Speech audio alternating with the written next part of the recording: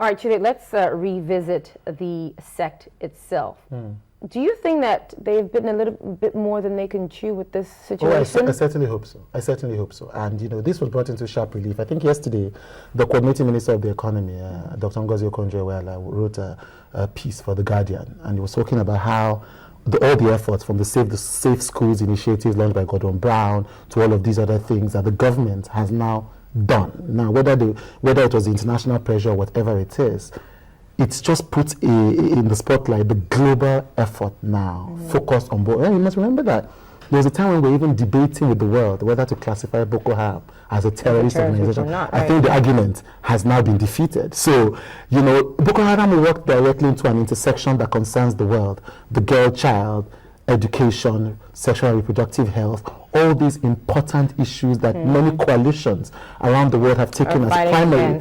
And so I certainly hope, And again, there is no denying the fact that there is some political, complicated, complex undertone for Boko Haram. You have sympathies with the president when he does say that, that it's complicated. But then this global network now focused on the terror and the violence and the evil that is Boko Haram means that finally we are going to pay this the serious attention that it deserves. And I say good for them, because you sit down and you actually think about it emotionally.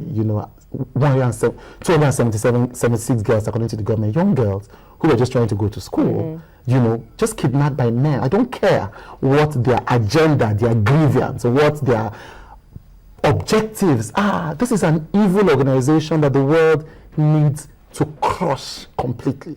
Beyond just these girls who, by the grace of God, will be found, to the effects from across the borders of Nigeria, to the effects of Boko Haram's activities across the country. I just hope, that this finally they've beaten one that would I certainly put a lid to their activities. Certainly. All right, now let's talk about the effect of all of this on the girl child in Nigeria. Again, you saw that lady there talking about, if she wasn't educated, she wouldn't be speaking to us today. And all of this is all about girls just wanting to go to school. Absolutely. I mean, I think that's lost. The debates over why did the Borno state government take the children to the schools? I am here, I'm paying attention, I'm thinking, well, why wouldn't the girls want to go to school? I mean, do we understand? I mean, the Future Project has worked in parts of the north, and tried to interface with leaders there, and to see the damage being done to the development of both the boy and the girl child in the northeast, for instance. People are afraid to live normal lives. Parents are afraid to take their children to school. We're compounding an already existing illiteracy problem. There are issues with, sexual and reproductive health. It's just worsening an already existing problem that these poor children, and they are poor innocent children, are caught in the middle of, so these girls are at home. People say they should close the schools because they cannot do their exams, and the children, and these are children who have tasted a bit of education. And I can imagine the children saying, we want to go to school.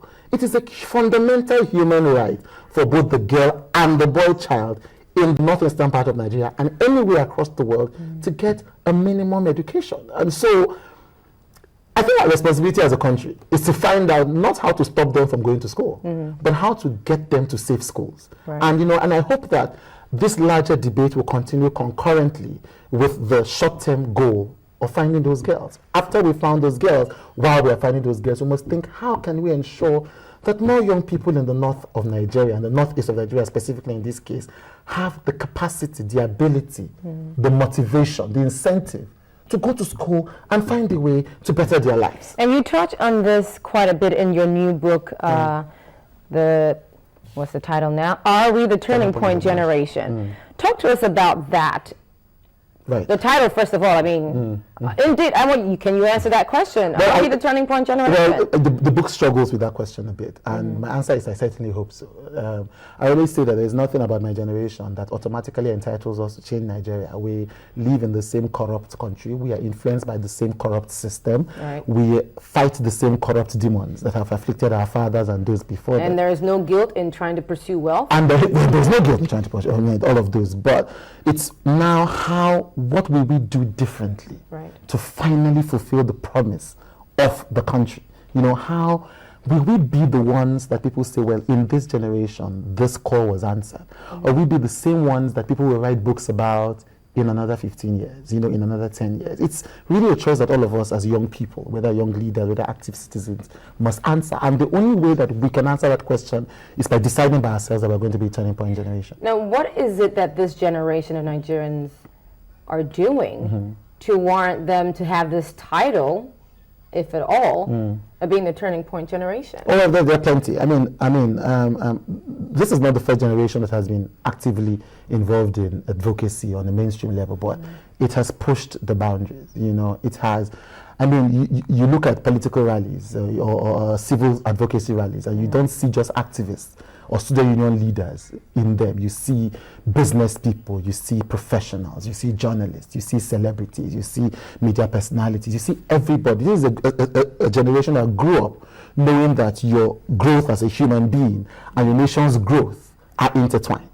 And that's coming together. People forget how hopeless Nigeria was in 1999. Right. People forget how intensely hopeless a place it was. How awful Nigeria was under General Sani Abacha. It was a terrible place to live. It was a place where I, as a young person in secondary school, didn't believe that I could have a better life. It was a place where I felt that the ceilings were closed and that there was a limit that you could reach to as a Nigerian. It was a place time when oligarchs and cabals were a prominent word. As a young person, you didn't even feel you were permitted to dream or permitted to believe. Right. It was a dark place. Now, there's a radical difference between that time and now. That's no matter how bad the situation is, there's a radical difference. Now, and of course, democracy playing a very absolutely. huge No, role absolutely. in that. It is democracy first and foremost, and then young people understanding the place that they have in this democracy, understanding that transforming the country isn't a passive process. It's not something that you start and then you leave to forces of nature. It's an activity that you get involved in on a regular basis. We're also a lucky generation in terms of having new tools, social media, connected world that can advance these causes. And we've not relented as a generation in taking advantage of those forces. That's one.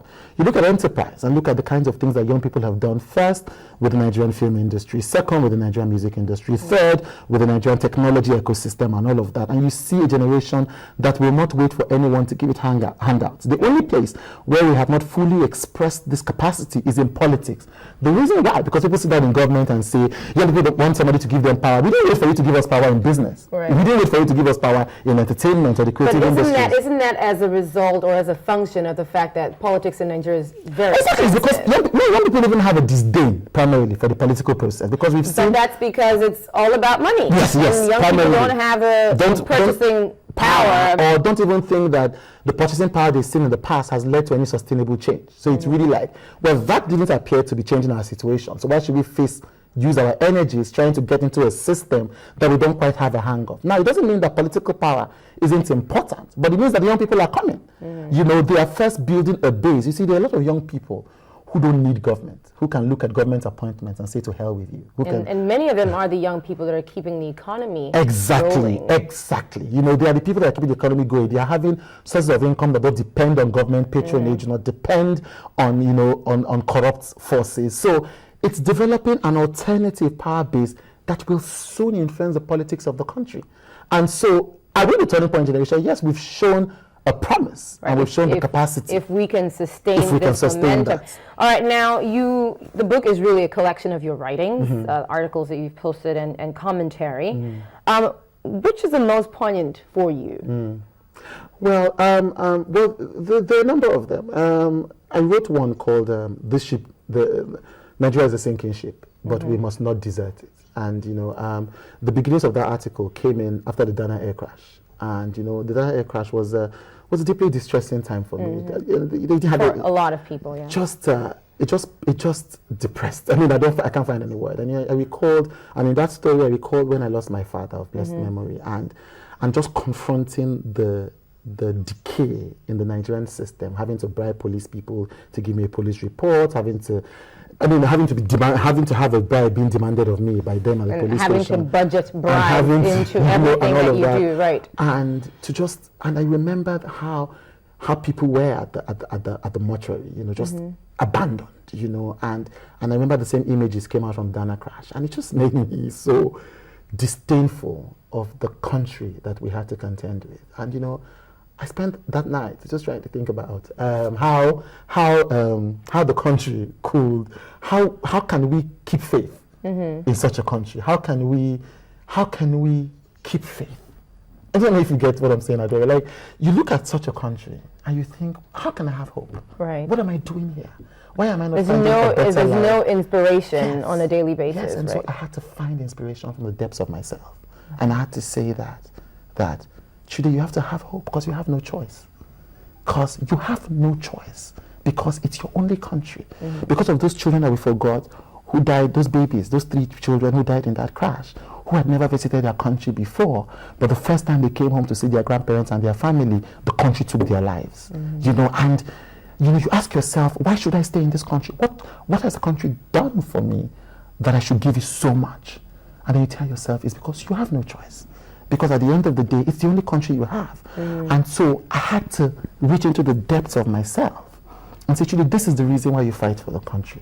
This is the reason why you protest. And a lot of young people are also battling with that question. Absolutely, on a daily basis. On a daily basis. I know that there's been some kind of the military recruitment, and it just made me think back in the U.S., you have kids falling over themselves wanting to join the army and the military installments that they have there. But I can't imagine the same thing happening for Nigeria. I have huge respect for those that work in the Nigerian security forces. Absolutely. I don't understand. It gives you faith because you don't understand why people even sacrifice their lives for the country. I mean, we have no choice. It's our country. But then you think about it, because, it doesn't do a lot for its citizens. We shouldn't tell these lies because they defeat our capacity to confront the problems that we face. So then how do you then have a Nigerian dream, which you talk about in the book? Do we need a Nigerian dream? Do we have a Nigerian dream? And if and when we do, is it sellable? Yes, there's that chapter in my book, what's the dream got to do with it? You hear a lot of motivational speakers talk about how America has an American dream. And so I went and did some thinking and some digging into it. And I found out that the American dream didn't exist at the beginning of the American country. It was something that they evolved into. But more fundamentally, we don't seem to, as a country, have defined who we are. And this is not a fluffy discussion. It's important. Who are we? Right. If you read, I was very shocked how people found it so fast to write rejoinders and reviews of Achebe's There Was a Country. I couldn't talk about it for 1 year because Achebe's book delved into that question, that the founding fathers of the Nigerian state, and huge respect to them for winning us our independence, didn't seem to have wrestled with that question to a logical conclusion. And I'm not saying this, Achebe said this, and he was very harsh as to the founding fathers from Azikiwe down the line.